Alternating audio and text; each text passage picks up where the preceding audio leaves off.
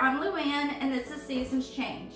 Thank you so much for stopping by the channel today because I have a very special guest. This is my daughter, Bridget. She's going to be joining us today, and we're going to be making peanut butter cherry chocolate chip cookies.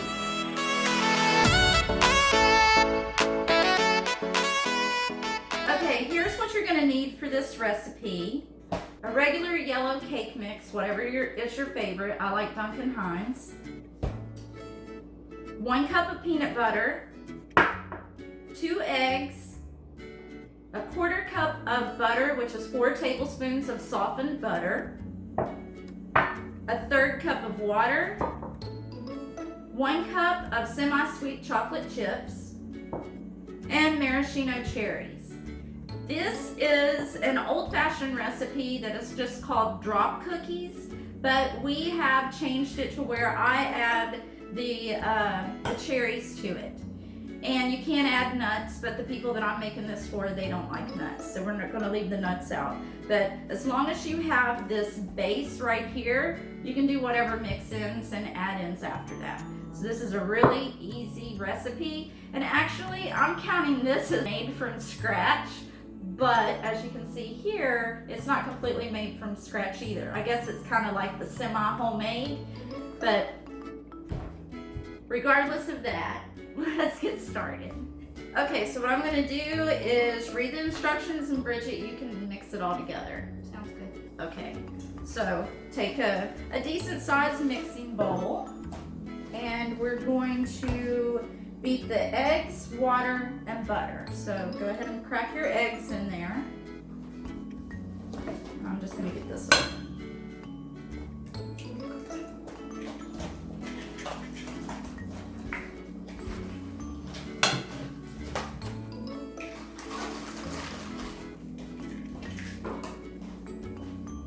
Okay, after you put the eggs, go ahead and dump the water in there with it.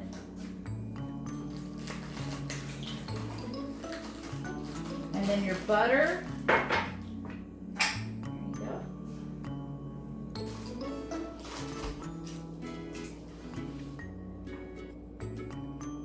The peanut butter.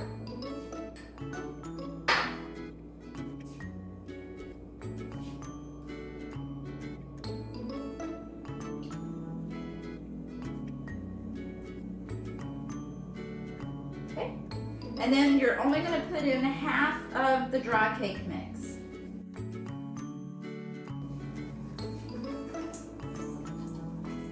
That looks about right.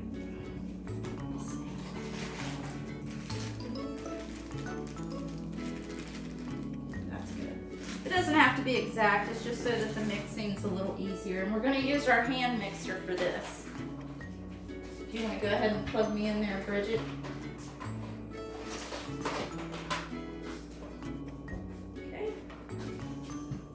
You're just going to do this until it's blended well.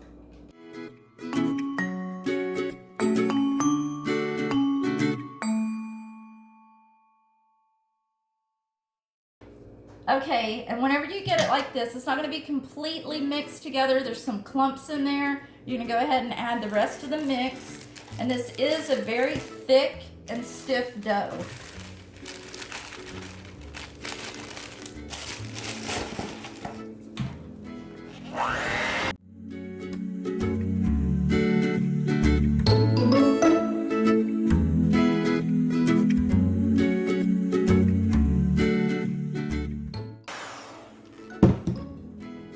Okay, this is what it looks like after about 2 or 3 minutes of mixing, and that's with all of the cake mix in there. And next, all we're going to do is scrape down the sides. With a spoon, we're going to mix in the chocolate chips and the cherries. But the first thing we have to do is cut the cherries. Okay, so next, Bridget is going to cut the cherries for us. And I recommend that you wear gloves because these cherries will stain your hands. I've drained the cherries and even rinsed the cherries. And you can quarter these, or you can just cut them in half. They do better, I think, that if you quarter them, so it's going to take a little bit of time, but it's well worth it. So Bridget's going to get busy with those.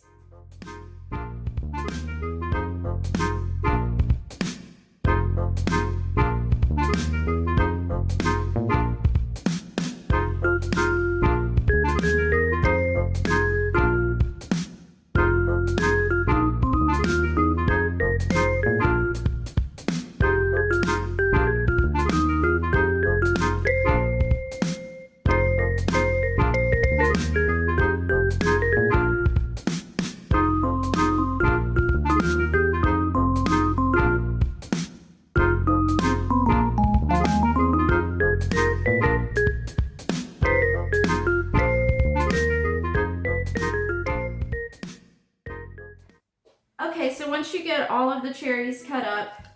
All that you have to do now is just mix your chocolate chips and the cherries. Let's set this back here. Mix all that together. Bridget, you want to go ahead and stir that up.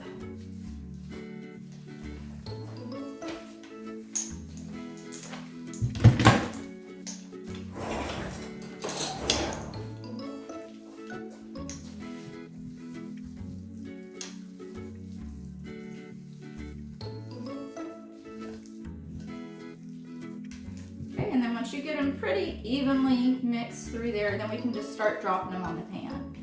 And I just used a regular large tablespoon. This is an ungreased cookie sheet. And whenever you're getting in there, try to get a little bit of the cherries and the chocolate chips in there. And these are to be perfectly round. You're just gonna spoon them on there. That's why they're called drop cookies. You just drop the dough right on there. You're gonna want these to be, you know, at least an inch apart, inch and a half. On a cookie sheet this size, I would do maybe 4 across and we'll see what happens. I don't think they raise a whole lot, but about like that. So Bridge, if you want to go ahead and finish that pan.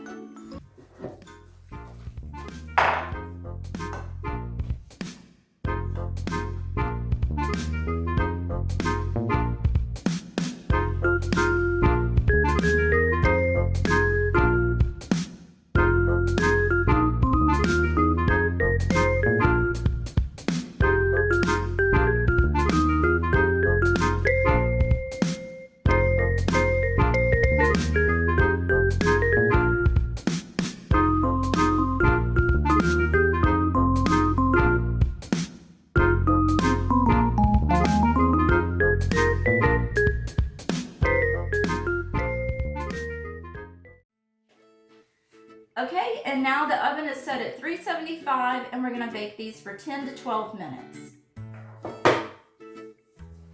Okay, and while those are baking, we're gonna go ahead and fill up this other cookie sheet and have them ready to go. Okay, so here they are. And these were in the oven for about 10 minutes and I think they turned out just right. Let me show you the bottom of these. See, they're not really dark brown, they're done just enough. And these are gonna stay kind of cakey. They're not gonna set up hard like another cookie would if you accidentally cook it too long. So put that over on your cooling rack.